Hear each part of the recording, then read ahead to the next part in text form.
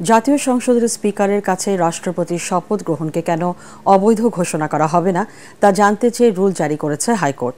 বিচারপতি এ.কে.এম আসাদুজ্জামানের নেতৃত্বাধীন দ্বৈত বেঞ্চ এই রুল জারি করেন।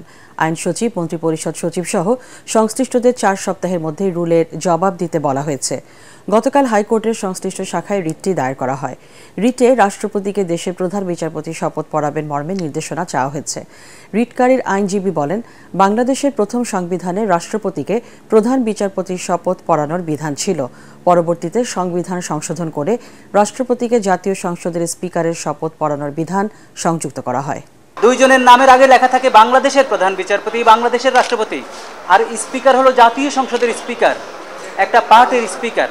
তাই আমরা বলেছি যেটি বাংলাদেশের আমাদের প্রভিশনাল কনস্টিটিউশনে ছিল যে রাষ্ট্রপতিকে প্রধান বিচারপতি শপথ পড়াবেন, যেটি দীর্ঘদিন চলে আসছে। 2011 সালে 15th অ্যামেন্ডমেন্টের মাধ্যমে আবার 74 সালের যে অ্যামেন্ডমেন্ট ছিল ওটা রেস্টোর করে স্পিকারের কাছে নেওয়া হলো।